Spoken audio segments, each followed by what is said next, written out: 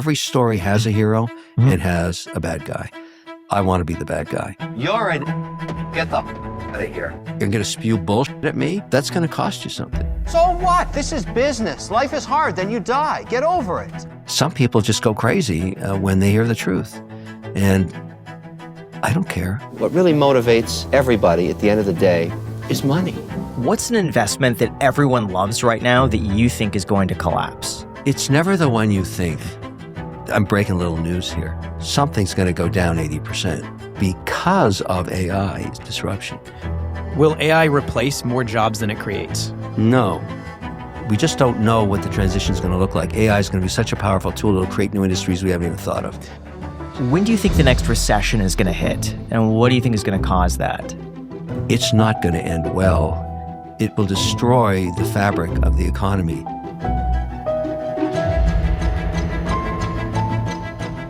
Kevin O'Leary, thank you so much for coming on the Iced Coffee Hour. Well, I always enjoyed it. Really appreciate it. I want to get your reaction to this clip that just recently went viral. And I want to know what was going on. My goodness. All right, Kevin, a quick last word. Oh, wow. Which I'm My not sure. last word is, you're all nuts. Like, that's just... Oh, my God. Thank you, Kevin. Guys, Am I in on please. that? Okay. I look, we got to keep it together here, okay? We are. Honestly, I mean, there's a way to talk about these things. If you don't have anything to say, just say that, and I won't come to you next time. Important. You know, all right. You just said something very important in your own words, which was, you're all nuts. So Abby and I have had a long relationship, and she is actually very successful right now on CNN. I believe she has the fastest growing numbers on that platform. And I think CNN has also determined through its producers that they will garner a larger audience if it's a real debate. In other words, instead of just taking one side or the other, which there was a time in media where that outlet was left, that outlet was right. But that's not what advertisers want. They don't want to bifurcate the market at 50-50. They want every customer, regardless of what their politics are. And so what I've learned, and I think I'm the only guy doing this, I go to every outlet. I go to all of them. And I stick with policy, not politics. I don't shill for politicians. I shill for policy that I think is good or policy that I think is bad. And I have an opinion about that. I'm a columnist. I'm not a journalist. And so in the case of that narrative, we were debating the performance of, I think it was Munich, and it was AOC talking about policy in Munich, and she clearly was not prepared. And so she did not have a good outcome in terms of the global press. And we were talking about that. And they seemed to want to say, well, that was okay. She just had a brain fart or something, or whatever they were calling it. And I said, and they were trying to compare it to Trump. And I said, this has nothing to do with Trump. Trump wasn't there. This is a poor performance by AOC. Now, let's draw this analogy. If I get hired to go speak to an audience, which I do, I want to know who's in the audience. I want to know exactly what the narrative is going to be, and I want to be prepared. I want to know my stuff, before I get out there, because you're going to get fried if you don't know what you're talking about. And that's what happened to her. She didn't know what she was talking about, and basically didn't prepare. And so I say, look, she failed. And to me, that was factual, and it caused a big debate. So why do you think it went so viral calling a CNN panel nuts? I thought it was a humorous moment. There was only 15 seconds left to the show, and they were so... Do you actually think they're nuts? Or do you think that that moment was a temporary moment of insanity for them? They just couldn't deal with the fact that I was not going to stop telling the truth. She failed on her mandate. She did a poor job as a speaker that day. And that is true. She was terrible. And somehow, if you don't tell the truth, how is she expected to get better? She failed. She got an F-. She'll never do that again. I mean, everybody on earth watched her do word salad for 30 seconds. So do you think that the CNN panel actually believe what they're saying? Like, oh, she just had a brain fart. Like, it wasn't anything that's reflective of her actual intelligence or knowledge on what's going on? Or do you think that they're being fed information and they're like, okay, well, this is just the narrative that we have to purport? Imagine this. You're into a vicious discussion, a really high energy discussion. And then we go to commercial break around the table. We should have an ad. Right here. Yeah. Because that actually is what happens. And tempers are high and people are mad and they're, I've been doing this a long time. And I learned long ago, when you're doing live television and you're having a political narrative or a debate, there's a moment of 3 minutes where all of a sudden, just like the three of us sitting here, it stops. And I always say, well, how about those Yankees? Like, what else are you going to do? Because everybody's upset. The good news, I think, is in the end, people want to see both sides. How it's presented to them is a matter of style and the show's producers and everything else. But Abby Phillips' show is doing very well. And I'd like to think I'm a contributor to it, and for me, I don't want to go and sit at 10 o'clock at night and be bored to death. I want to have some fun. And boy, we have fun on that show, because if you're a left winger that is not willing to deal with numbers, for example, we had a debate about the economy and I'm sitting there, you're going to have a problem because I know my numbers. I have facts. I deal with them. I know exactly where we sit on the S&P and the Dow and where we're at in terms of cash flow, per quarter and all that. And you're going to spew bullshit at me. That's going to cost you something. What are the most astonishing facts on the economy right now? The resilience it has, as we have major forces at play. I'll give you two major forces. Obviously, tariffs, most people thought would be highly inflationary. That hasn't proved out to be the case. There is some increase in input costs. They need to be fine-tuned. But the impact of AI was underestimated as a productivity tool. Look at what happened with Square just in the last 24 hours. That. And look how much the stock has gone up as a result of cutting the workforce by 40%. So there you have the good, bad, and the ugly in that thing. But AI is turning out to be a massive productivity tool for margin enhancement, increased cash flow, and productivity, all at the same time, not just in one sector, in all 11 sectors of the economy. All 11 sectors use AI today. And 24 months ago, you would have said, that's hype. And I can give you examples in my own portfolio of companies of which every single one is using an AI tool, paying for it, renting it, whatever they're doing, and how they're using it and how it's enhanced cash flow in the last 6 months. What do you think about Sam Altman saying that a lot of the layoffs are simply AI washing, and that these companies are using AI as an excuse to fire people because they might have overhired or spending too much money, or maybe their financials just aren't good, so they blame AI? Yeah, I think there's a lot of that going on. But the offset, and I mean, just look at, let's use an example. Let's just two simple examples that everybody's going to understand. That wasn't happening 18 months ago is happening now.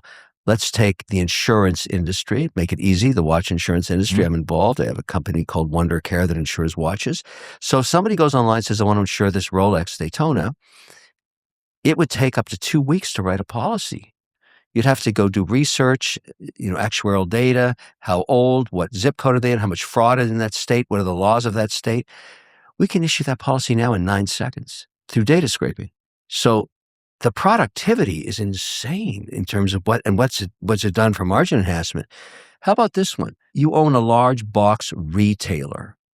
Each year for your insurance, you have to send a guy up on a ladder, or a Wendy's or a McDonald's, the same for any commercial building, no matter where it is in any state. You have to inspect the roof for leaks and all of the air vac, all the HVAC system, everything. And then if there's any repair required, you have to issue a work order and get it repaired in order to maintain your insurance. How about a 6K drone just flies over it in a matter of 30 minutes, compares that image from the one it took last year down to a 6K resolution. It sends it to a satellite, and before anybody even stops flying the drone, issues the work order for repair. Nobody gets up a ladder. The only person that went there, it's a company called Fly Guys. We own a piece of it. They just fly drones, and it's all done with AI. So you fly a guy out in his Ford 150 to that McDonald's, above the top, it's over. That's it. Nobody goes up on a ladder in the summer or the winter and gets injured. That's AI. So you've said before that someone making $65,000 a year could become a millionaire. Yeah. Could you walk us through that math? And is there an income level where it's just mathematically impossible with living expenses that you just can't do it? Not if you're 65. It's when you get to 65. The way it works is, and we don't have the discipline. And I'm going to walk you down a lesson that I learned over the last 6 years on this. Remember when fintech was smoking hot and everybody was bringing apps to the market to help you trade stocks, buy bonds, buy derivatives, buy options? It was all done on your phone, and everybody thought, well, this is going to make it just democratic. Everybody out there is going to be able to be like a multi-million-dollar investor because they got the tools for nothing. None of that worked. None of it. And I was developing something like that. We started with a version of bean stocks. I'm promoting something I invested in. And it never worked because people actually don't know how to read a stock chart or what candles are or what 200-day averages are or any of that stuff. What they really wanted, it turned out, was the ability to push a button in one transaction and put 60% of it into stocks and 40% of it into bonds. That's it. That's it. And the smarter we made the app in terms of simplicity, when it got so simple that that's what you could do, and that's what Beanstalks does today, then it took off. Because the only decision you have to make in your life is what is the discipline each week you have to take your income and what percentage, 10, well, some people 5, 10, or 15% are you going to put into the market and never take it out till you're 65. You want to be a millionaire at 65, $1.5 million? Take 20% of your salary of $69,000 and put it into the market each week and don't touch it and just watch it on your phone grow. It goes up and down as the market moves, but generally speaking, the market for the last 150 years has given you anywhere from 8 to 12% annualized every single year. You don't have to guess or pick stocks. You don't know. You just buy an index. That's what the app does. How are you investing your money? I only do indices now. I basically say, because I've learned through our Beanstalks experience, I use an Alps product. I helped design it, and then we sold it to Alps called O-Shares. So they have an index for S&P, an index for technology, an index for Europe, and an index for Asia. I put 40% into the US, 20% into Europe, and the rest spread across the other two, and I forget about it. How often do you check your portfolio? Every day at 4:05. I have a huge dashboard, not only my public companies, but all my private investments too. I mean, I have a lot in real estate. I have a lot in collectibles. Yeah. I've gone into, in my group that we formed, we have over 100 million in cards now. It's been one of my best investments. What's the most valuable card you have? Dual logo man, Jordan Kobe. I'm going to be walking on the red carpet of first SAG-AFTRA, the Actors Awards on Sunday here, but then the Oscars on the 15th. And I thought, what could I give back to Los Angeles that would be really cool? And I came up with this idea. I thought if we could take the Jordan Kobe dual logo man, that card we bought last August for $12.93 million. I also didn't know you bought that. I know the card sold for that price. I didn't know it was everywhere. Yeah, I saw the press tour That's afterwards. crazy. But then I thought to myself, Paul Logan did something cool with his Pokemon. He hung it on a necklace and he wore it. I thought, how can I take Paul's idea and elevate it, turn it to 11? How can I max it out? So I called up my good friends at Tiffany's and I said, can we talk to Paris? Let's dream up a necklace made of all diamonds and rubies, and I'll wear that at the Oscars because Kobe should be back in LA. And nobody knows I'm coming with that. That thing's going to be worth about $25 million. I'm going to have security everywhere, obviously, Brinks trucks and everything. But when I get on that red carpet, I'm going to be wearing that thing. It's going to be a mind blower. And it's going to make the necklace that we've designed. I actually am wearing the two watches that we designed it for. The classic Daytona rainbow, which is rubies and diamonds, graded colors. And then, of course, all ruby diamond AP skeleton. I think I'll be wearing both of those. The card here. Can you imagine the bling? I mean, that's You're like the rich person final boss. You're like it is. literally like But Mr. it's Burns. This is like a really- side it's quest at this beyond point. that. It's about Mr. art. It's about taking it into wearable art, because the Kobe Dual Logo Man is considered by some the supreme card. Yeah. In its design, the fact that it has the original jerseys, Mhm. both logos are perfect. I mean, the whole thing, and I've only been able to see that out of the vault once because it's vaulted, it's insured. But it's coming out on the streets of LA on the red carpet, and it's going to be insane. That's going to be So we just had Logan Paul on the podcast. yeah. And we were talking about the card, and I was asking what the Logan Paul premium was for the card. And he definitely said his name associated in the story behind it and him showing it adds a level of premium for a buyer because that has a story to it. Well, So the imagine more what this story. card's Yeah. I mean, think about walking the red carpet of the Oscars. We're nominated for 9 Academy Awards on Marty Supreme. This is a chance of a lifetime to bring Kobe back into LA in its flashiest Yeah. moment. You know, So what's your plan with the card? The starting a business sounds exciting, but the biggest roadblock for a lot of people isn't the idea. It's all the paperwork. Like everyone says, oh, just go and start an LLC. But nobody tells you exactly what's involved and how to do it correctly. And that is exactly what today's sponsor, Bizee, is all about. I've personally used them myself, and I gotta say, I was so amazed at just how easy and simple the entire process was. I literally got my LLC set up in less than 10 minutes, and just knowing that everything was getting filed properly and done professionally made getting started way less intimidating. Bizee's helped over 1 million people start their business, and what makes them stand out is just how simple they make the entire process. There's no confusing paperwork or endless forms. You just answer a few questions, and their team handles the rest so that you can actually focus on growing the business. On top of that, every business formation comes with your first year of a registered agent service included for free. And Bizee does not just set you up and then leave. They offer ongoing tools and services to help you actually manage and run your business throughout the year so you're supported way long after the initial setup. Don't wait. Make 2026 the year you finally launch your business. Go to bizee.com/ICH right now. That is BIZEE.com/ICH with the link down below in the description to get started. Bizee.com/ICH. you know. So what's your plan with the card? So the card, my philosophy, we talked earlier about ETFs, right? I like diversification. So if I own Europe, I own 50 stocks. My portfolio is 50 of the largest European stocks in that O share. I want to own 50 cards. I don't want to bet the farm on one card. I want the 50th most valuable cards on earth in one holdco that I'm a shareholder in. That's what I want. Because I went back and did the research. Go back to 1958 in modern and contemporary art. Track every single painting. You can do this online now easily. What you're going to find out is 98% of the returns of the modern and contemporary art market came from the top 20 pieces of art, top 20 artists, that they're rarest pieces. So a Picasso that you bought for $2,500 in 1962, that trades for $140 million today. Not some other artist, the Picasso.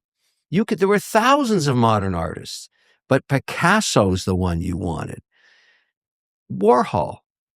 There were all kinds of people in New York in the 70s doing what Warhol was doing, but none of those have traded up. Mm-hmm. You got to own the Warhol. You want the Mick Jagger. So that's my philosophy with cards. So I got together with 2 other guys, Shine, probably the number 1 collector on earth. I said, Shine, go find me every single Picasso and Warhol in every sport. And it doesn't, and what you've learned about the data, it doesn't matter what you pay.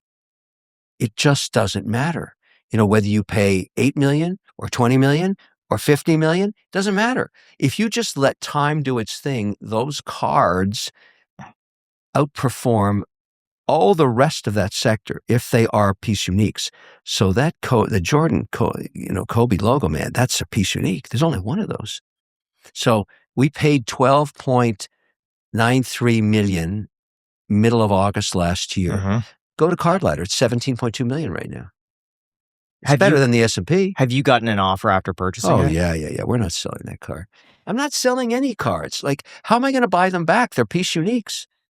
Like, This is better. It's done way better than crypto, way better, like way better than Bitcoin, way better than the S&P 500. So in terms of your portfolio then, if you were to allocate percentages and how it's invested, what percent would be alternative investments like cards, collectibles, as opposed to index funds, individual stock picks, private companies, real estate? Like how are you currently diversified? Yeah, that's actually the secret sauce of it. And it's the thing about diversity, it's the only free lunch in investing. Very simple rule for me.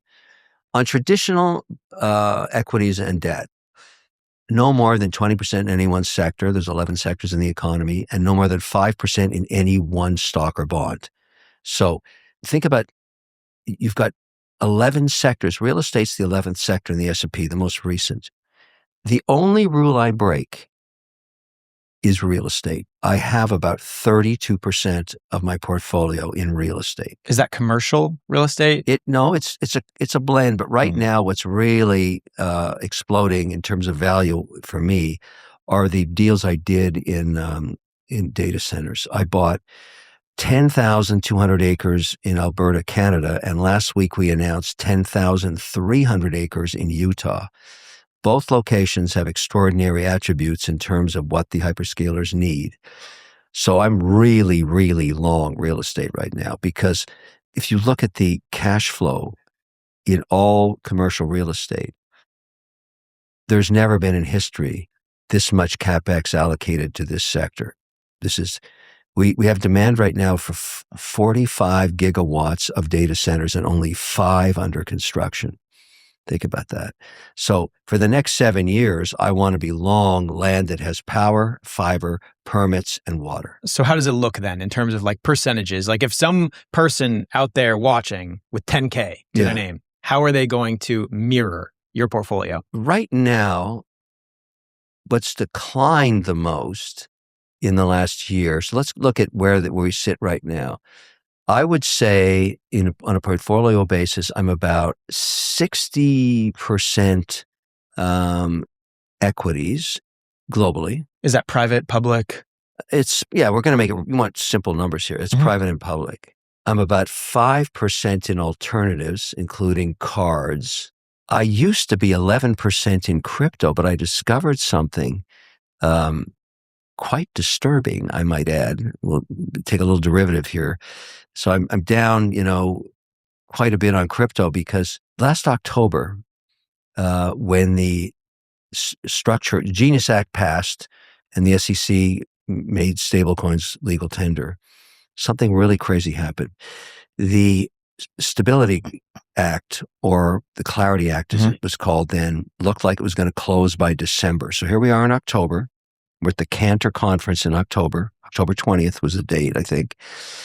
And the word on the street was that within 6 weeks that we were going to get the final act for crypto, which was going to be the structure, Clarity Act. So all of the sovereign wealth funds that we index with on the equities started to say, okay, we're going to do some work on preparing for which positions to put on in crypto. Which ones do we need to own to actually get exposure to the alpha, the volatility of the market? Do we own Bitcoin? Do we own Ethereum? Do we own Solana? Do we own whatever? There's 10,000 coins. And they independently, without any emotion, because there's a lot of emotion in the crypto market, a lot of Kryptonians and all that stuff. These guys were just independently saying, we're going to allocate $500 million into crypto.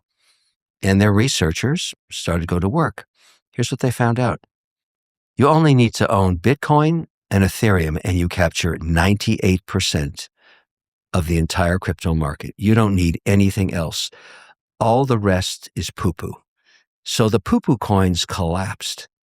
I mean, it was brutal. Some of them went down 80, 90%, and they're never coming back because they're poo-poo coins. They have no reason to exist. And there's nobody going to save them. And they have no marketing money to go get the ticker that Ethereum gets every day on every cable network in the world that looks at business. And Bitcoin's Bitcoin. So that's very sobering. People lost a ton of money that they're never going to get back on the poo-poo scale. So if you're going to get exposure to crypto, avoid poo-poo and just simply buy the two that matter. That's what I did. So I sold 27 positions, gone. Put it into USDC, which, is giving me yield of 3.9%, and just bought more Ethereum and Bitcoin. And now it's a very interesting time. Those things have been crushed too. Mm-hmm. So, I'd call that an alternative too, but it didn't perform as well as gold. So, if you think about it this way, for me right now, it's probably 60 equities globally, 20 fixed income, and 20 alternatives, including cards, crypto, gold. And that portfolio has done quite well. What's an investment that everyone loves right now that you think is going to collapse? It's never the one you think, it's sort of in fact, that's the great question, because it's the reason that you should force yourself into diversification, because you think you know. You don't know, but you're right. Something will collapse. But because you only own 5% of it, or max 20% in that sector, it's very hard for a sector to completely collapse. But, there's been a real correction on a lot of the AI assumptions lately. And some of those stocks have pulled back. But because, for me, it's just a 5% position, it doesn't really hurt. And yet gold, everybody got that wrong. And that thing really saved my rear end. Like, look at my gold portfolio. It was insane, the performance. If you had to throw out a guess, though, if you were to speculate, not that people should listen to what you're speculating on, but what would you say could be something people are bullish on right now that you're bearish on? I think the disruption that's going to occur in AI around, I would say, financial services. You saw what Jack Dorsey did. He laid off 40% of his people yesterday. In a sense, he's financial services. I think that's going to happen again. Now, the weird thing is the stock price didn't collapse, but the employment numbers did. So it's hard for me to pick where AI is going to disrupt next. I would have thought it would have happened sooner, but it's this next year, the year we're in, here we are in February. If we have this gathering again in 12 months, something's going to go down 80%. I just don't know what it is yet, but it will be because of AI disruption. So I'm curious for you, do you just pop open your brokerage every morning and dollar cost average? No. What I do is I mark to market with a dashboard I have. It's a proprietary dashboard, but it takes every single global, because I have accounts in the UAE, in Switzerland. What do you mean a council? Well, I have a company called 𝗪𝗓𝗧𝗛𝗓 Global in Abu Dhabi, and it has investments. So those stocks go up and down on that exchange. So I need to know what they are. And so at 4:05, although remember, we're 13 hours ahead over there, I just take a snapshot. I look at it on my phone and I say, I just look for variance. What moved more than 3%? And so it flags any position that had more than a 3% move in this trading session. And what's occurring now is there's more and more names every day. There's a lot of vol. Let me give you an example. I'm a shareholder in Circle. You're probably unaware of this. It went up 35% yesterday. That's a lot. Now, why did it go up 35%? Because there's a emotion in the market now that it looks like the Clarity Act is going to clear in the next couple of months. And that solves the issue around interest on stablecoins. So boom, I have a big position in that company because I bought it privately years ago. 35% move in one day. You don't see that very often, but it was a huge winner in the portfolio. But my whole point is it's not more than 5%. But that when you get 5% position to move 35%, you outperform the market that day. That's what happens. When do you think the next recession is going to hit? And what do you think is going to cause that? I always look at the canary in the coal mine. That's the consumer. When the consumer rolls over, you'll see it. It'll be 3 data sets in a row, and that means we're entering a recession. Now, each recession is different. The wild card again is AI. People are saying today, because of Jack Dorsey's thing, the recession is going to be caused by AI. The only problem with that statement is, yes, the people who lost their jobs don't have the same earnings power, except how do you know they're not going to be sucked up into another sector? You don't. And so will AI self-correct the economy by making it more productive with higher free cash flow. Like even in our companies in the last 2 years, just the private ones like, Boost Oxygen or Blue Land Detergent or Hello Prenup, these are all small cap businesses. Cash flows are up 20%. Why? AI. Now, I'm sure I don't have to say this, but cryptocurrency has taken over the mainstream within the last few years. But despite this, many platforms are still incredibly difficult to use. There's unfamiliar apps, never-ending security loops, and confusing layouts that make it impossible to know which platforms you could trust. That's exactly where our sponsor SoFi comes in. SoFi is the first nationally chartered bank giving you the power to buy, sell, and hold crypto all in one app. You could access over 25 different cryptocurrencies on a federally regulated platform with the extra structure and security you'd expect from a bank. Plus, you can manage all of your crypto right alongside your SoFi checking, savings, and investment accounts all within a single app. It keeps everything organized and in one spot. If you're new to crypto, the app has built-in guides to help you learn how crypto investing works. Crypto is inherently risky, and you need to make sure that it's right for your financial situation. But if you're curious, SoFi makes it super simple to dive in and start exploring. To get started, visit SoFi.com/iced and is a limited time bonus through the end of March. SoFi is also giving away $100,000 in Bitcoin each week. So just visit SoFi.com/iced with the link down below in the description. Thank you so much to SoFi for sponsoring this episode. And now let's get back to the podcast.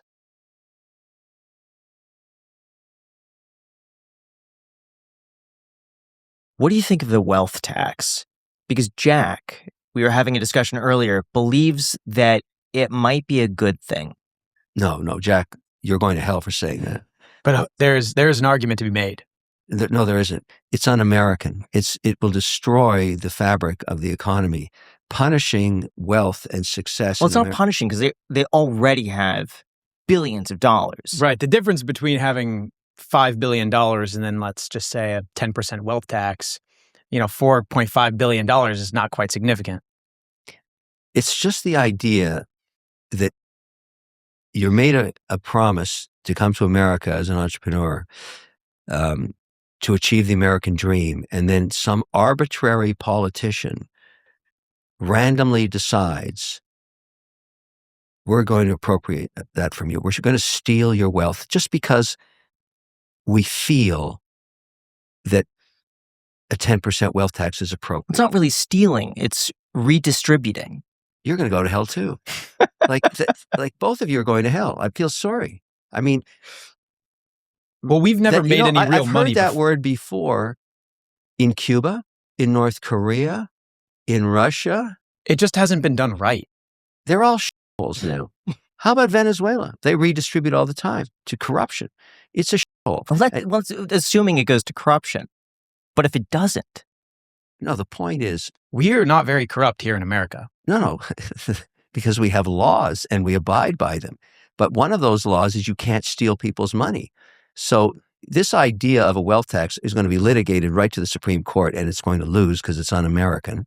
And there is no such thing as too much wealth because it all goes back anyways. The guy dies or the woman dies that has that wealth. And then we hit it again with state tax. You get it back.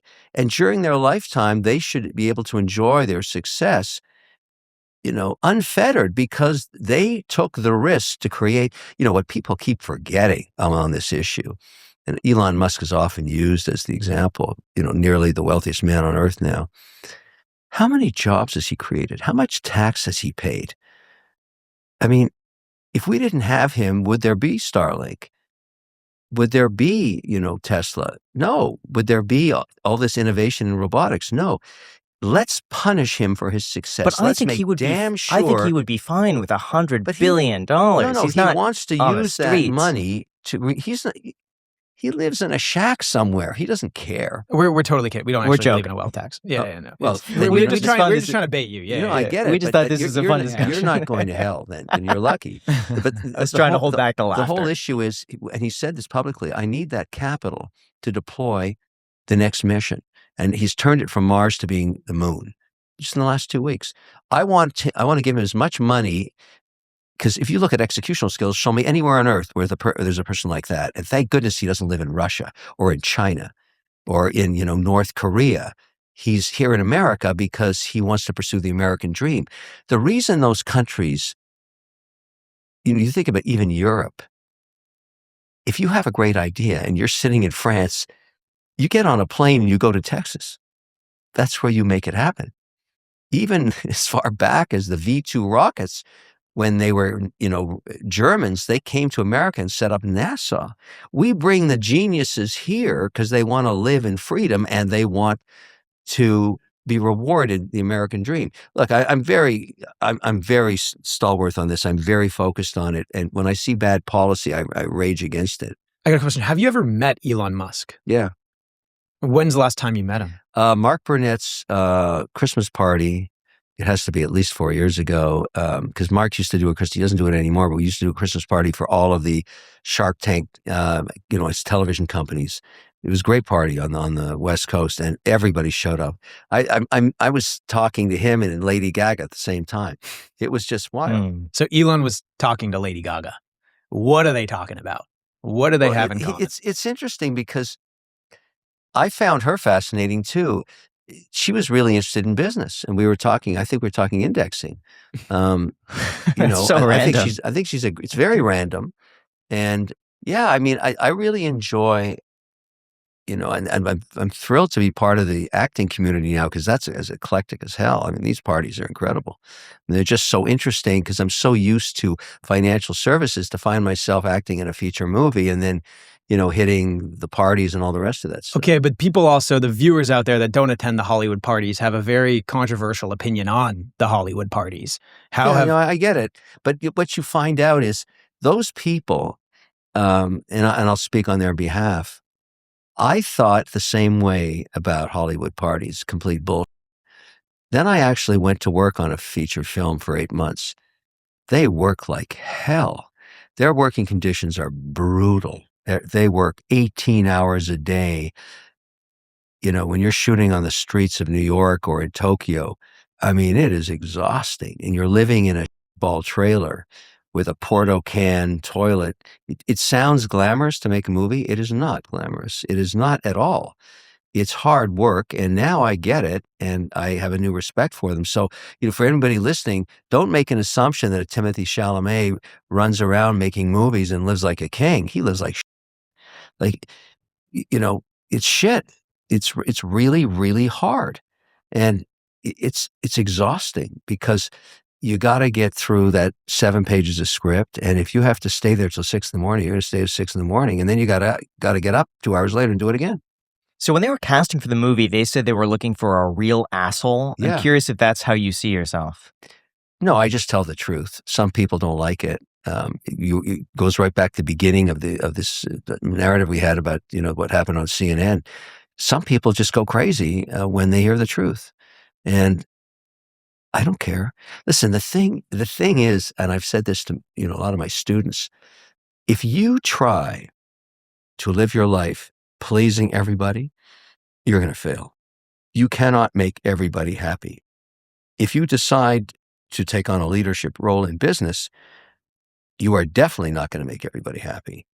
If you want to get and be part of the narrative on policy, you are definitely not going to make everybody happy.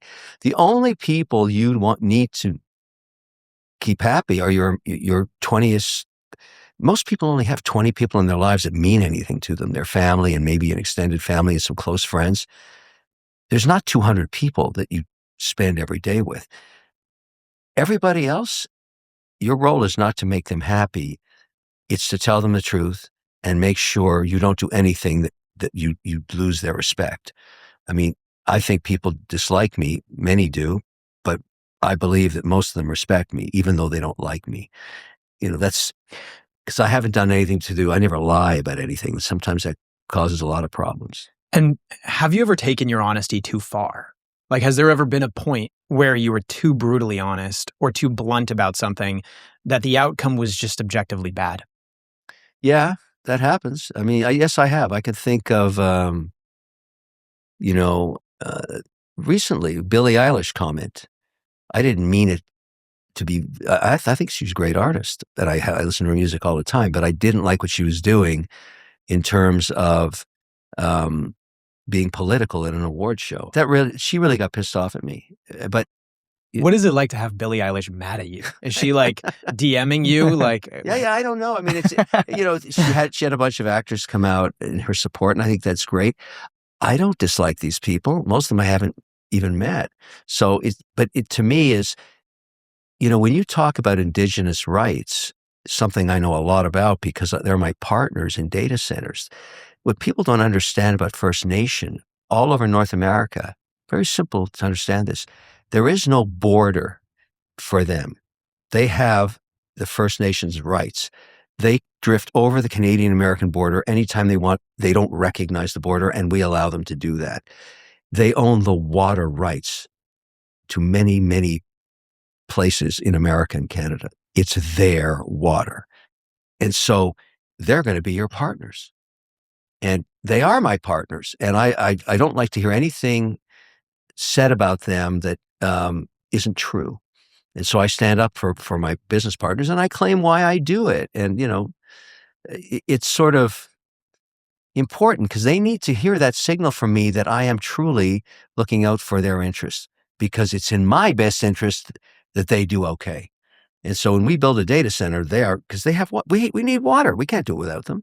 So it gets into that. That's how complicated my life is. I'm always thinking about, all right, what's factual here? Now, if that pisses somebody off, okay. But, I don't think I'm a bad guy. I'm just telling the truth. It's still the truth today. Do you think that as time has gone on, that the truth has become more elusive in terms of people now prioritize feelings over some form of objective reality? Like back in the day, you could be blunt, you could be brutally honest, and people were more okay with it. But as time has gone on, it's not as acceptable now? I think the answer to that is yes, that's true, but not for me. I don't care. I just don't care. I'm going to tell the truth every day. And and the reason you need to do that is if you only tell the truth every day, you're never going to have to remember what you said. It's still going to be the truth tomorrow, And I really think there's something else going on. Just look at what's occurred on the Epstein files. Now that we have AI, millions of pages. Okay. If you're in that, it's not about the criminal prosecution. It's destroyed hundreds of people's careers just to have their name in it. In some cases, maybe it's fair. Some cases it may not be. I don't know the details, but every day you see fall from grace from somebody canceled because,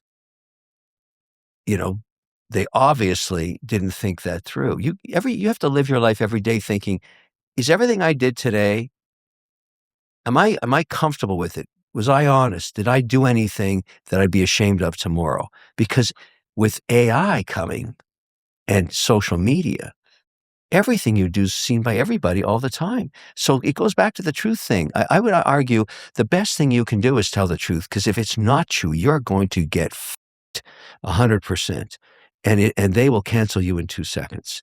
Did someone lie to you early on? Or did something happen for you to have such a strong emotional attachment towards the truth? Because I remember the last time. My mother caught me in a lie when I was 15 years old. And it was a bold-faced lie. What was the lie?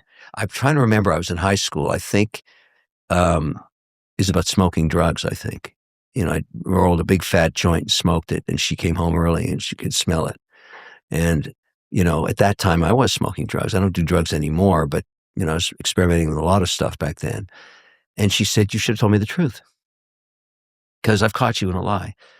And she said, then look, if you only tell the truth every day, you'll never have to remember what you said because I just caught you lying to me. And it really had an impact on me. It really hit me. And I thought, she's right. And I remember, it was in the kitchen. I remember it crystal clear. And ever since then, I've tried the truth. It's worked for me, but shit, it's got me in a lot of trouble too. What's the hardest truth you've had to deliver? And what's the hardest truth you've had delivered to you? It's always when I'm terminating somebody.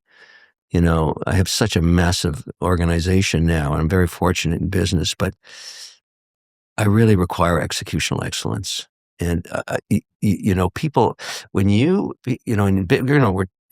going back into entrepreneurship here, but when you become a leader and you take other people's money and you start investing it, they make the assumption that you are going to protect their capital and give them a return.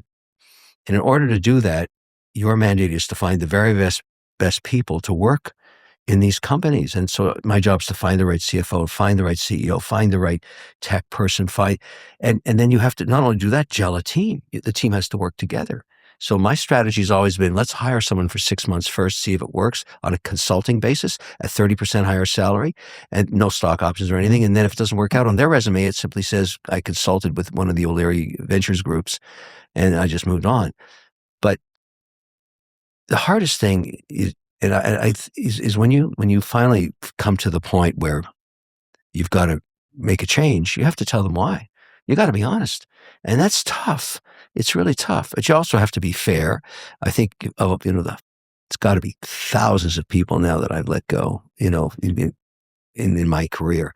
But every one of them got a great exit package. I've never heard anybody badmouth me afterwards saying he wasn't fair to me, man or woman. What's the harshest truth that someone's ever delivered to you? Yeah, I would say my stepfather said to me, I was very much interested in becoming a photographer because I was working as a cameraman at that time before I was going to college. And he sat me down and said, I'm sorry, but you're just not good enough. You don't have what it takes to survive against the level of quality that's out there. You're just not good enough. And that was a real stunner. And he was right. He was right. And it forced me to go back into college and I did a business degree. And then the first thing I did to spite him was to start a production company. But I made sure I wasn't the chief photographer anymore. So you still kind of listened. Well, I sold, that was my first deal. It's called Special Event Television. It did all the NHL Saturday programming, but I hired great cameramen and then I learned how to edit myself. I was a good editor, or still am. But it's sort of, it's very hard to have somebody tell you you're just not good enough when it's true. It's true. He was right. Some people can't accept that. They can say, well, no, I'm going to get better. Executional skills vary on different mandates. You may be very, very good at one thing and not in another. And the real strength in life is figuring out what you're not good at. That's more important than knowing what you're good at so that you don't try and do things. I'm really logistics. It bores the crap out of me. Making widgets, shipping widgets. I've always had a partner that does that in every business I've done. I'm the marketing sales guy. I'm really good at that. And I know that and I can measure that. But when it comes to where do we inventory our widgets? I don't give a shit. Go figure it out. And I'm willing to give up equity to people who can solve that. So in terms of telling the truth, you recently upset a lot of people saying that the movie Marty Supreme could have saved millions replacing the background actors with AI. Yeah. Well, why do you think that upset so many people? So let me tell you what I learned about that. I'm going to modify that statement a little bit because I experienced it myself. In a scene where you have, let's say, 30, we had scenes with 250 extras, and you're shooting it, and there's people in a cafe or walking or bringing over, a drink, or there's a narrative. When you have an interaction with an extra, that can't be AI. I would have thought it could have been, but it can't be, because what I realized is the real magic of filmmaking are the mistakes you make. So I got to retract that statement a bit. Where you can use AI would be like Ben-Hur had cutouts in the stands when it was shot in the 60s. They couldn't put 1,100 people in blazing sun for 12 hours. So they made cutouts. When we used to do hockey shots, we had blow-up dolls. We had the first row with live people in the hockey arena, and then everybody else was a sex doll. We just went and bought and blew them up. And because the motion it's very blurry in the background, that's going to be AI. You're going to get backgrounds that are AI, but not where there's interaction between the actors. That's never going to change. And I realized why. I mean, I said that uninformed, so I've changed my views because I've actually done it. What did you end up doing with all of those dolls? What we would do is we pop them and just throw them out. You didn't donate them? Donate them? You blow them out with a CO2 cartridge. They come with And, they always have really big Yeah. lips. So- and we put like baseball hats on them and stuff. You should have donated them, really. And then we'd shoot the scene, and then someone would run up there with a knife and just chop them up. Oh my gosh. Take the hats off. Take a few of them home, Well, too. you can't it's really hard. It takes a long time to get the air out of them. Oh, so you just got it. Yeah, there was actually a Shark Tank deal last year. It's called 𝗪𝗧𝗧𝗪𝗧. This guy comes out and he shows a video of a dog that, your security cameras, you leave and the dog starts howling, oh, because he's got anxiety. The owner's left. So he gets a sex doll, blows it up, and puts his jacket on it so his smell is on it, and sticks it in the living room, sitting there like this. And the dog just lies down beside it all night. I thought you were going to go somewhere else. No. And so what he decided to do was take out the big lips part, because that's what the sex dolls have, and put his girlfriend's face on it. Her name is 𝗪𝗧𝗪𝗧𝗪𝗧. Oh my God. We put it on Shark Tank. It was the stupidest thing I'd ever seen, but it was so crazy that I invested in it. And it's been one of my best deals. You can go look at it, 𝗪𝗧𝗪𝗧𝗏.com, and you can buy a doll for your cat, your dog, your turtle, whatever it is. And the animal will eventually, because it has legs and it's got arms, and you put sweater on it. And when you leave, they just say, oh, there, he's still here.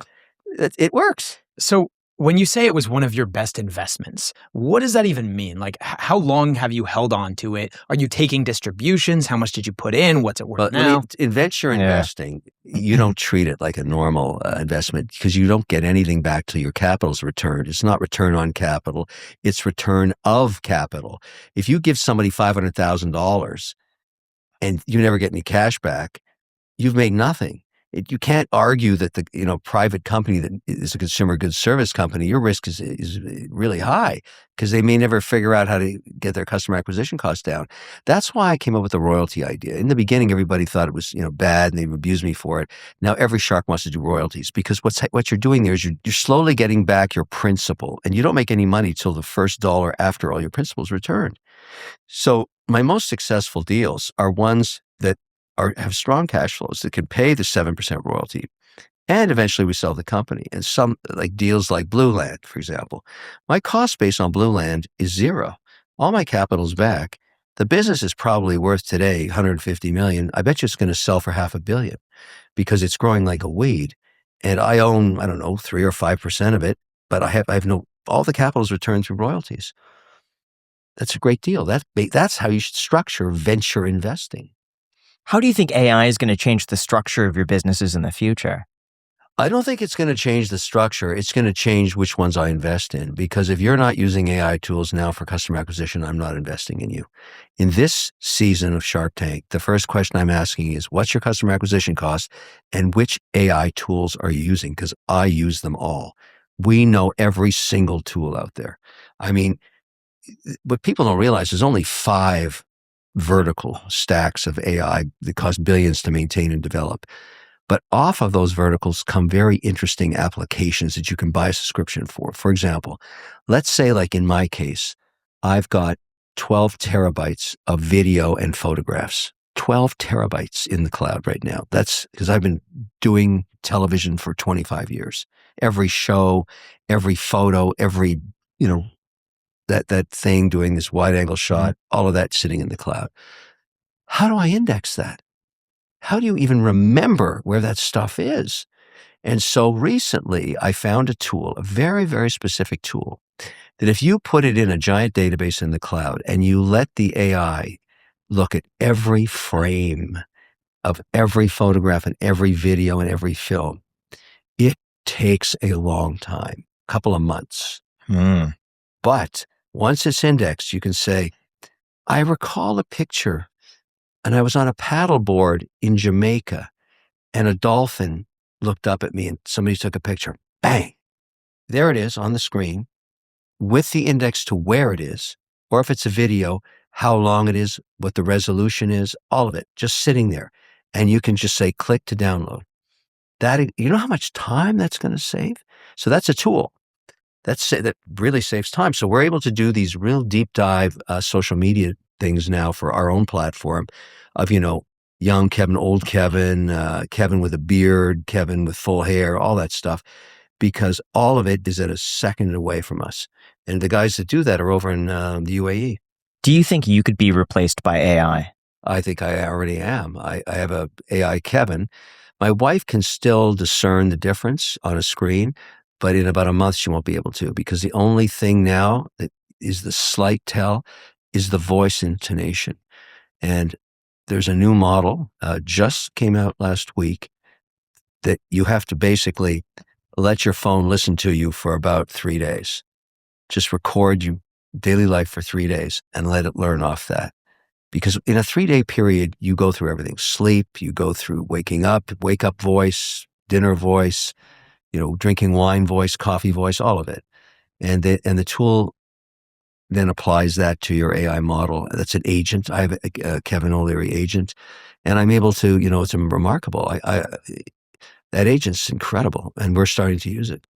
Do you think that could eventually replace your work hours? That you just have your AI Kevin go to work for you, answer emails for you, take phone calls for you. And if it gets to a certain point, then it alerts you and say, actually, Kevin, you should hop on this call just to make sure. But it does 90% of the work, Yeah, the filter. I think we're way off on that, because I realize my best ideas actually happen very early in the morning when I'm on my bike riding at 6:45.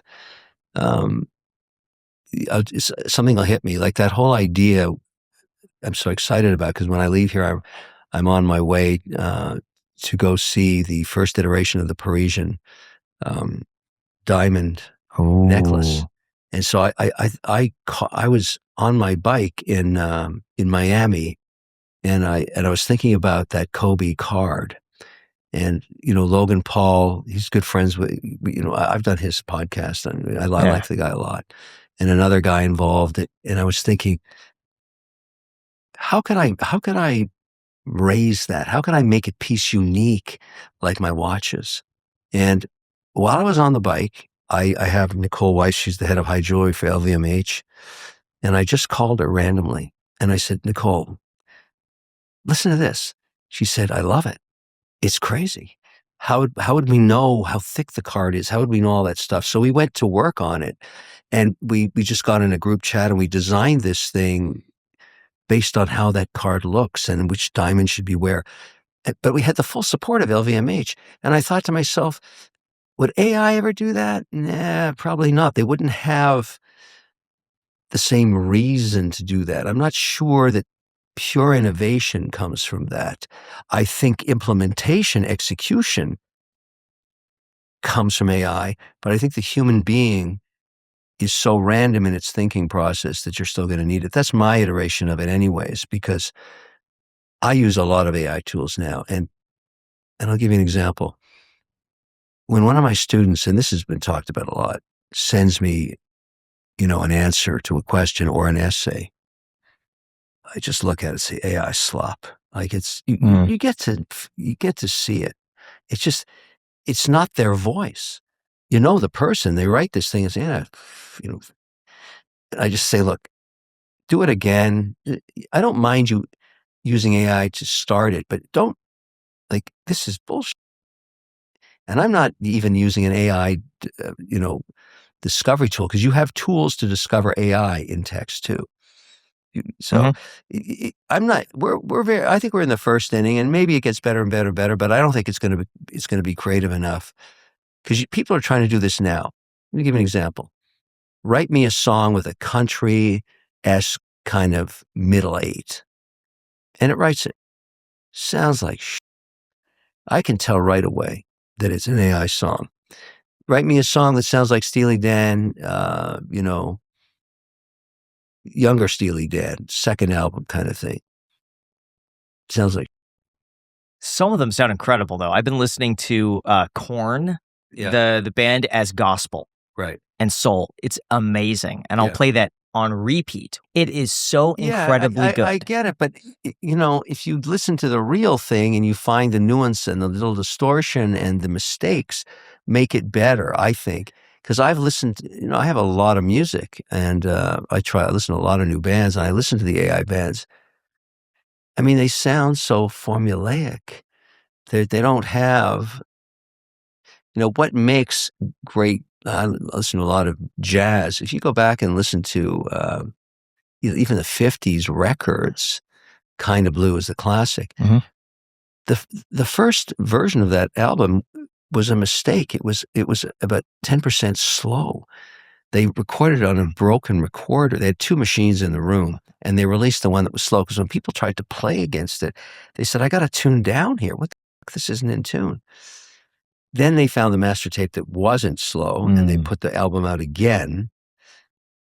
And yet you listen to those two things, they are definitely not AI. There's all kinds of little nuances and mistakes in there. And I think you could argue, well, maybe AI can make mistakes too, but that's where I think the creativity is lost. I don't know. Show me a commercial success so far with AI. People want to go to a concert and listen to a machine play something to them. Now, real estate investing can be one of the best ways to build wealth, but it doesn't have to be like a second full-time job. So whether you're buying your first rental property or your 100th, finding the perfect deal could often be a total time suck. And that's why we're so excited to partner with Lennar Investor Marketplace. Lennar Investor Marketplace is an all-in-one solution for finding rental-ready new homes across more than 90 desirable markets nationwide. It can even help you determine what investment meets your needs with key metrics like estimated net operating income, and you can even submit offers through the marketplace. Seriously, guys, as someone who's bought 2 properties myself, buying real estate has never been this simple. Homes in Lennar Investor Marketplace are professionally built, pre-inspected, and rent-ready from day one. They also provide rental comps and local area insights to get a better sense of the neighborhood. As a marketplace investor, you'll gain access to benefits like financing, property management, insurance, and title services through Lennar and their affiliates to make your life easier. So if you're ready to find a turnkey new construction home, try out Lennar Investor Marketplace with the link down below in the description. Thanks again to Lennar for sponsoring the Iced Coffee Hour, and back to the episode. This episode is in partnership with Airbnb. So Graham and I just wrapped up a trip. We were in Austin for a few days. We filmed episodes with Togi, Chris Camillo, and Caleb Hammer. And honestly, every time we're on the road, we're staying at homes on Airbnb. It's just become the default. And here's the thing most people don't think about. When you're the one traveling, your place back home is just sitting there empty. And that's a real missed opportunity. Whether you're gone for a long weekend or a few weeks, you can list your space on Airbnb and let it work for you while you're away. If you've ever thought about hosting but weren't sure how to manage everything from the road, Airbnb now has the co-host network. You can connect with a vetted local co-host who has real hosting experience and can take care of the day-to-day for you. A co-host can manage reservations, handle guest communication, and even provide on-site support so you don't have to think about it while you're traveling. So instead of your home sitting empty, you could be generating some extra cash, whether that helps you cover the next trip, your flights, or just goes towards something that you've been putting off at home. I actually listed a spare room in my house on Airbnb, and I was genuinely so surprised how easy it was to set up, how seamless the entire process was, and it actually made me some pretty good money. I would actually recommend this to anyone out there that wants to make a little extra cash on the side. It's honestly phenomenal. If you're thinking about hosting but want some help getting started, find a co-host at airbnb.com/host. I think a lot of people are probably wondering about finances as well, because people see you as a phenomenal entrepreneur, a great investor. I'm curious, who do you think is the best investor of all time? Well, the thing about that is it's only numbers, because who made the most money? Remember, investment's very binary. You either make it or you lose it. And clearly Warren Buffett and Charlie Munger, no one has been close to their success. And they had a very simple model, cash flow. And Charlie could never be bullshit into anything that didn't have cash flow. He didn't believe in anything that didn't have cash flow. And he would just say, no, no, no. He was the no in Warren's yes. And they needed each other in the beginning. And then they got into their own discipline of buying things that have very long-term stable cash flows. And that ended up being the right thing to do. The other thing I've learned is just buy the market. Like betting on hedge fund guys and stock pickers, there aren't too many good ones. So to the average person out there that's watching this right now, let's say they're making $50,000 a year, $40,000 to $80,000 a year, living all across America. How do they go from maybe month to month, not really being able to save too much, to then being able to have discretionary spending, to start to live a life of comfort? Like, if you could instill one idea, one belief into them that could hopefully bridge that gap, what would it be? Well, the hardest part of that is the discipline it takes to decide that you're going to put aside 10 or 15% every week. It's so hard to do that because there's always the next pair of sneakers you want to buy that you don't need. People are weak. They don't have discipline. Don't buy shit you don't need. And if you look at yourself and see all the clothes you have you don't wear, you bought them because you had a whim for it or something, but you basically wear the same 2 pair of jeans and 5 t-shirts. It's crazy that you would take that money and put it into something you're going to throw away in 20 months when you could have put it into the market. And the way you put it in the market, if you don't understand the market, you don't have a brokerage account, download one of these apps that does it for you on your phone, link your bank account to it, and just transfer in 10% each week. Obviously, I have the one I like is Beanstalks, but it's not the only one. There's plenty of them that'll do it for you. I like them really simple. And then if you start doing that, 2 years later, you'll say, wow, where'd this money come from? At what income is it just impossible to build wealth? I would say probably under $35,000. That's tough if you live in a major city because you're being forced to spend, $1,200 to $1,500 on rent, which is very, very hard. But even in that, the discipline of not overspending, because you're going to get yourself, the real task there is not to go into credit card debt. That's tough. What jobs do you think those people should take? Oh, I think the job that gets you the most money now is if you have talents in social media for customer acquisition. I used to pay those guys $48,000 a year, and now they're $250,000 because you can measure their work based on customer acquisition every week. So most of them become contractors. They make $500,000 a year because they know how to take content, turn it into a 59-second ad on social, and acquire 200 customers. That's a very specific. So remember, everybody say you have to be an engineer, an engineer, an engineer. Now you want to be an artist again. Write stories, acquire customers, know how the social media platforms work, know how to post on TikTok versus LinkedIn versus Twitter versus Instagram. Those people in their early 20s are so valuable now. So if you know how to use your phone, somebody wants to hire you. So if you were to go back in time with the specific skill set that you currently possess, is that what you would do? Or I would use my editing skills to make 15s, 30s, and 59s. And I'd basically say, look, pay me, $100 for each customer I acquire for you. I'd make millions. I mean, I know how to do it. Now, you previously said that someone should spend 30% of their time outside of their comfort zone. Yeah. What does that look like for you? For me, that's going to be acting. I'm here in LA working on my next project. The difference between feature film and television is massive. Most people don't think there's much of a difference, but there's a massive difference. It's completely different skill set. And I want to do more of it. So for me, it's going to be shoot a film every year. I don't mean, a television series. I mean a feature film that's going to get theatrical release. So everybody wants to do that. I'm going to let my performance be the judge for those agents, directors, producers, casters that have seen Marty Supreme. Nobody knew how it was going to come out for me. I think I've done, no one's telling me I shit the bed on it, that's for sure. Mm-hmm. So I'm going to take that tape. That's my only role ever. And I'm going to say, look, I'd like to do this again. I want to be the antagonist. I think that role is far more interesting. It's far more interesting to be the bad guy because there's so many places you can go. There's so many twists and turns in being the antagonist of any story. Every story has a hero and has a bad guy. I want to be the bad guy. So that's what I'm looking at now is various opportunities for bad guy. Why are you so drawn to the bad guy? It's so interesting. You're reading these scripts. I've read a lot of scripts lately, and I look at them and I say to the director, that's not what the bad guy would say. This is what he would say. And they say, no. So I find that with the writers and the directors, you get a lot more latitude to creating your role as the bad guy because the hero always has an outcome that's hard to change. They're going to kill the bad guy. They're going to get the girl. They're going to, save somebody or something. You can't change that outcome. That's the core of the story. If it's a big action movie, it's an Avenger type thing. They got to save the world. But the way the bad guy, during his interaction, he can go everywhere. And so you basically, what I find, this is my own observation, is when you're the bad guy, you get a lot of latitude in every scene. Because when we were doing Marty Supreme, and with Ronnie Bronstein and Josh Safdie, who co-wrote it, I'd say, guys, he's got to say this, not that. And they said, yeah, okay, let's shoot it that way too. So it was sort of like that whole vampire thing. Remember that at the end of the movie? I don't know if you've seen it.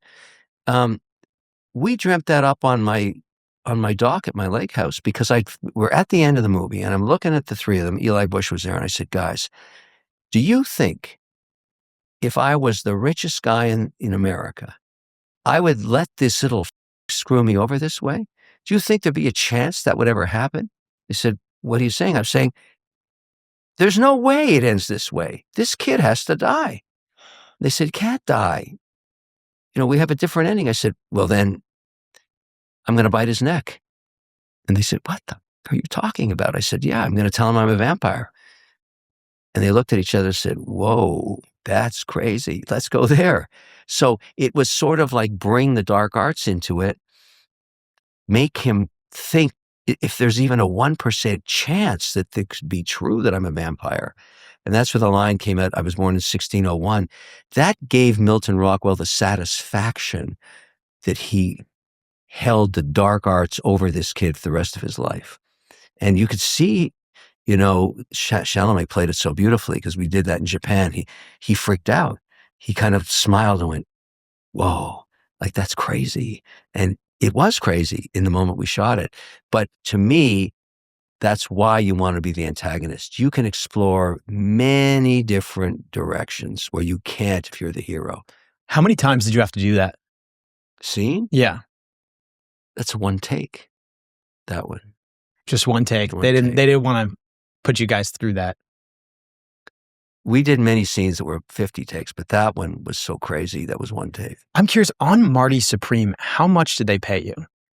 Oh, I don't even know. I couldn't buy protein with what they paid me. I mean, it was like, I'd never acted before. The only question they had, are you a member of SAG? I said, yeah. Because I think I was the last guy cast. They couldn't find, Milton. They wanted a real bad guy. And he just called me out of the blue and said, look, you got to come to New York. I said, no way. I'm sitting on the dock. I'm relaxing up here. I'll send you my plane. I'll pick you up. You come up here and we'll do it tomorrow morning. And they said, shit, yeah, let's do it. And then I really got into it. There is a weird story about that, though, that you should know. That script is the size of a phone book. And I hadn't really read it after they sent it to me, and I forgot about it. And I left it on the bar. And this guy named Gene McBurney got up at 5 a.m. We have a lot of people staying at the lake. It's a big party every night. And he got up 5 o'clock to watch the sunrise, and he took the script with him, not knowing what it was or anything about the project. And he read it.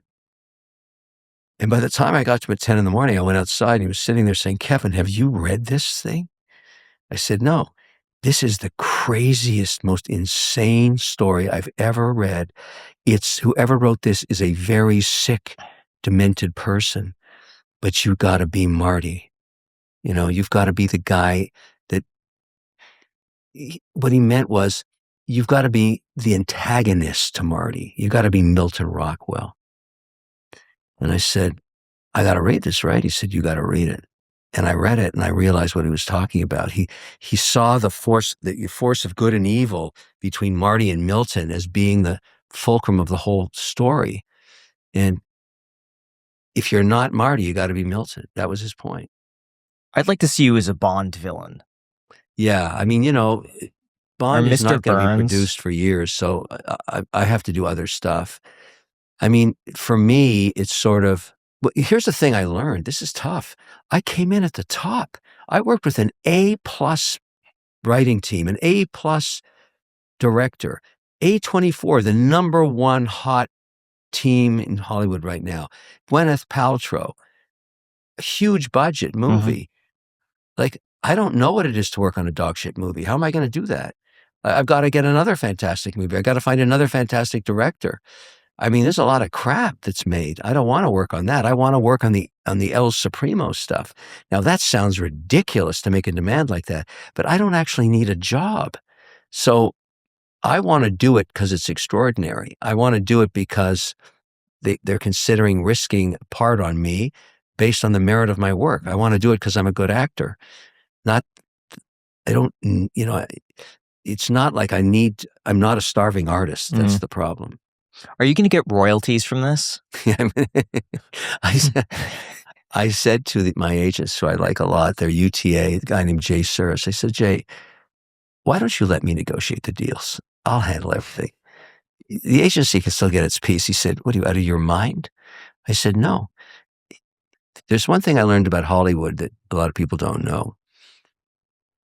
When you're negotiating on behalf of one performer, let's say it's me, and you're dealing with a network or a producer, or you also have in your portfolio many other artists.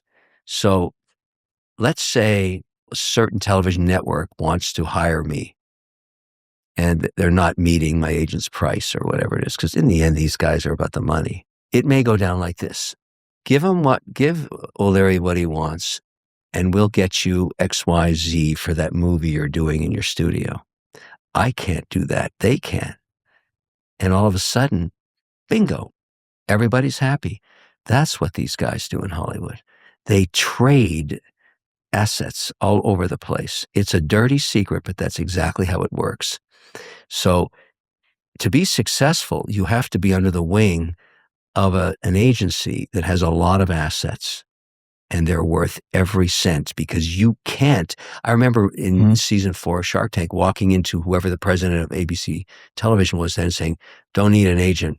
I'm going to handle this myself, just you and me. He said, no, not doing that. I don't want to taint our relationship because we're going to have a bloody negotiation in season 4. The show was on fire. It was growing geometrically. And I said, well, why don't you just let me handle it? I'm a big boy. I have thick skin. He said, no, I've made a few calls. You're going to get a call from a guy named 𝗪𝗧𝗛𝗧, and then he's going to take you in to meet a guy named 𝗖𝗧𝗧 in about an hour. I said, I don't need no stinking agent. They said, yeah, you do. And I think you're going to like these guys, and I think you're going to sign with them. And that's exactly what happened. What's been your toughest negotiation? It's not around television. It's with government in what I'm doing in real estate. There's so many moving parts.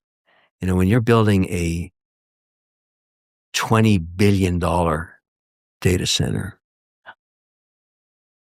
it's tough. You got to negotiate everything. And you need the senators, you need the governor, you need the mayor, you need the feds, you need FERC, you need everything. And I'm the guy sometimes that flies in there and sits down with the staffers of the senator. I say, here's how it has to happen. And those are very difficult negotiations because they're public in some sense. They're complicated. The dollars are huge, and you can't f it up. Every piece has to work. I've never worked this hard in my life, but the deals we're doing now, I'm now the largest in North America company with land under agreement for data center development. 26,000 acres. That's a lot. That's one hell of a ranch. What's the biggest screw up that you've had during a negotiation? That's a good one. In the last 48 hours, there is a card out there that we made a deal on. And the guy that sold it, who I did not know, it turns out what he did is and I don't know this for sure yet, but I think we're going to find out this is the case. He used my name to trade it sideways to somebody else. What's going to happen in the next few hours to him is he's not going to like it. It's going to be raining from the sky, lawsuits from hell, because in the market, it's like the market in New York for diamond merchants. There is no paper. There's an agreement, there's a handshake, and that stone is sold. It never goes sideways. And should you ever breach that 100-year-old trust that's been generation to generation, you're banned from the industry forever.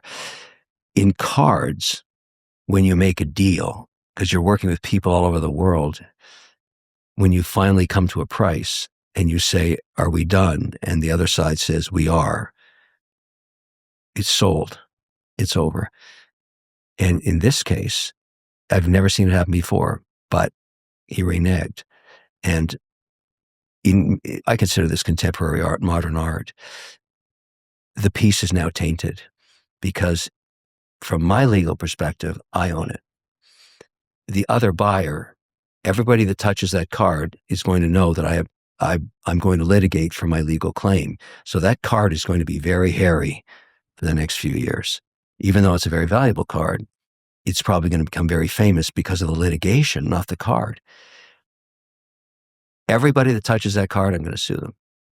Anybody that tries to be an agent, I'm going to sue them. Anybody that tries to auction it, I'm going to sue them.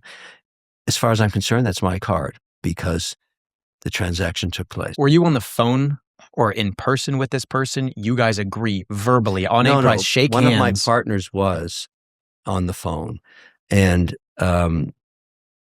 there was a witness as well. Now, because he's reneged, the only legal recourse we have is to bring a claim. I'm going to let the process run its course, but I know every buyer of cards of this price on earth. I know who they are. And they also know who I am. And they know that I don't let this happen to me. What was the card? I can't say, but you will know. You will find out soon enough. Why not get it in writing at that point? There is no writing on cards. That's not how it works. Why? I feel like just with any other thing that you would buy, you would get a contract, you'd sign it. The way it works is you're on the phone with someone in Malaysia or the Philippines. The card you've been discussing it for sometimes 6 months. You don't have an agreement on price. You're watching the markets move. You finally come to an agreement on price. The trust is unbelievable. You wire $13 million to that person. Well, your representative is right at the table and they pass over the card in its clam like that when they see the money in the bank. That's it. You take the card, you leave. You go get it graded or you put it in a vault. You get back on an airplane and you fly with it, whatever you have to do. That's how it's done. The trust is immense. It's just the market is a well-known market. You just don't breach. You don't do that. Nobody does that. Nobody does that. It's like a diamond merchant. If you did that in the streets of New York, your family would be banned for life and the next generation. You just don't do it. I was stunned. I couldn't even believe it.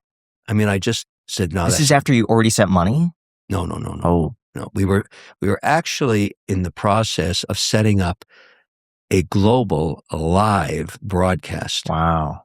To actually, with a network I won't mention, but we were already, and from Paris, another frame was being built for that card. And all of this was arranged over a 1-month period. And everybody was flying to this location for the shoot, which was going to happen at 5 a.m, 8 o'clock East Coast time, New York time. And then, of course, in the afternoon in Europe. It was going to be worldwide. And this guy just went AWOL. We thought something bad happened to him. It turns out he was trying to trade it to somebody else after an agreement had taken place. I mean, it's not going to end well in terms of how tied up that card's going to be. I don't know what the resolution is going to be, but for the next 3, 4, 5, 6, 7 years, I think it's radioactive waste. Alongside cards in alternative investments, you have quite a few watches. I'm curious, first of all, when you check the time, which wrist do you look at?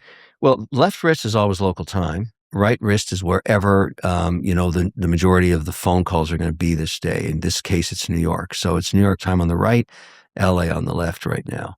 And I do that when I'm in Dubai or Switzerland. And sometimes I have 3 time zones. And so as a watch fanatic, let's say someone has a budget of 1,000, 5,000. We could throw 10 in there. Yeah. And then 25 and maybe 100,000. What is the perfect watch at those different prices? Yeah, I get it. So, it's a great question because I'm going to tell you a really interesting story about this. About 5 years ago, maybe it's 6 now, this woman came out on the set of Shark Tank and she said, "Can I talk to you for a second?" I said, "Sure." We break between hits and we get about 20 minutes while they set up the next pitch. And she said, "We're having a problem with the 2 watches." I said, "What's the problem?" He said, "Nobody can afford them. This show's about inspiration, about aspiring, about they start on the carpet, they want to become sharks. They want to become sharks. So you have to stop wearing watches no one can afford. On your left, you can wear whatever you want. On your right has to be an entry-level watch. So what's entry level? She said, how about $200? I said, I don't wear a $200 watch. She says, you do now. From now on, you're going to wear something that people can afford. And I thought, well, that's what a, anyway, she was right, because I immediately called 𝗪𝗪𝗧𝗪 and we started doing videos together of every price point, under 200, 200 to 1,000, 1,000 to 2,000. And Teddy introduced me to all these incredible watchmakers that make these amazing dials for like $1,700. But if you're buying a piece, it's to shorten this narrative here because we've been going on for so long. But here's what I tell parents. They're always calling me up saying, my son is graduating, my daughter's graduating. What do I do? There are certain truths. Number one, tutor. You cannot go wrong with a tutor. It'll last your whole life. The parent company's Rolex, people get it, but tutor's different. It's very, very entrepreneurial in terms of case materials. You can get silver, you can get ceramic, you can get carbon. They got beautiful, beautiful cases. And, the Black Bay is an amazing, it's the precursor almost of almost every Rolex style. It's beautiful. Remember that these companies have been around a long time. Number two, Grand Seiko. Unbelievable quality. I mean, just a spectacular watch. And these are sub $7,000. They're going to last a whole lifetime, no question about it. There's other places to go, but those two represent, in my view, some of the greatest value on earth. Japanese watchmaking, it's Creedor, they cost a fortune, but they're also owned by Grand Seiko. The best advice I give is you go online and just look at any 𝗪𝗪𝗧𝗪, Kevin O'Leary video, and you're going to find 400 ideas. And I wear those a lot. Google estimates your net worth to be 400 million. I don't think that's the case. I think that you, based off of what you've said, have more. Is 400 million accurate? You know what I learned, again, from my mother? Never boast about money or one day you won't have any. I never talk about my net worth. I just think it's the worst thing you can do. It's almost bad karma. Like, look at how much money I have. Well, it doesn't have to be boasting. It could be. I'm not like that. I don't need more money. I need more time. That's the way I look at it. I don't want to with karma. I just never talk about it. I've seen estimates all over the place, but. Let me ask you this. What percentage of your net worth would you trade to be 20 years old again? Oh. Oh, wow. That's a hell of a question, eh? I mean, I wish I could be 20 with what I have right now. I mean, the things I could do. The trouble is I wouldn't know anything. That's the big dilemma about this idea. It's what I know today and my experiences that make me what I am. And I wouldn't change anything. So I wouldn't even. Let's say you retain all of that. And and you just can't get 20 years old again. But you have to say, I'm going to give up 90+%. But the risk of that, it'd be a great movie script. The risk would be you get to go back, but you start again with the outcome. What would the outcome be? You get more life. You'd be like a vampire. You go back to 20, but you don't know what the outcome could be. You could have a horrible outcome. I like this outcome.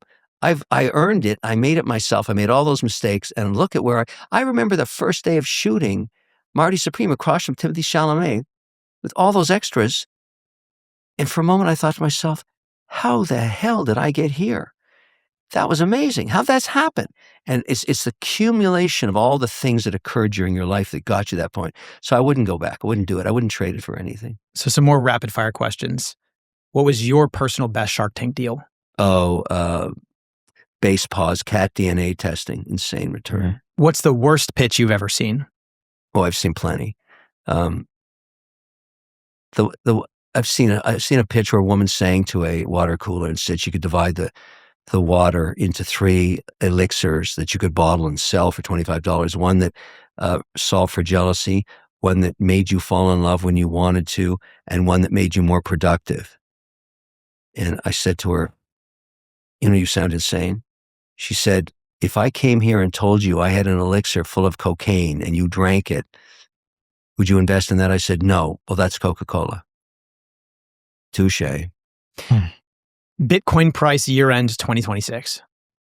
Probably around here because I'm not sure it's going to react until the Clarity Act is if the Clarity Act, I'm going to answer it this way. If the Clarity Act is approved, Bitcoin will probably go back to that $100,000 range. S&P price year end 2026. Up 8% from here. Gold, buy or sell right now? Buy. Will AI replace more jobs than it creates? No.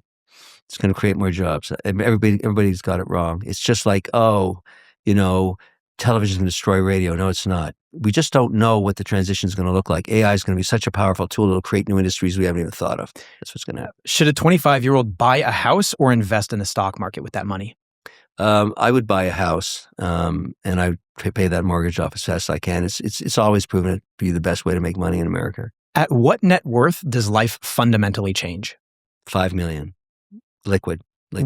What would you say are the main 4 tiers of wealth, where if you hit a certain amount, life... Well, I tell everybody this. You should strive very hard if you're an entrepreneur to have $5 million in T-bills. Not in anything else, just T-bills. Making 3.82% this morning. You know you've made it and you've safeguarded your family for the rest of your life if you can get $5 million liquid in T-bills. Most people that consider themselves very successful entrepreneurs do not have $5 million liquid in T-bills. They don't. But what net worth should you be at to justify $5 million in T-bills? Well, you should be at, the first thing you should do is get to $5 million liquid. Be worth $5 million liquid. That's far more valuable than anything else. Liquidity with wealth is actually a superpower. Most people say I'm very wealthy, but they couldn't raise $1 million by 2:00 in the afternoon if they tried. It's tied up in all kinds of things they think are worth a lot until the shit hits the fan. The plan is, if you're an entrepreneur, the hardest thing is to make the first million, really hard.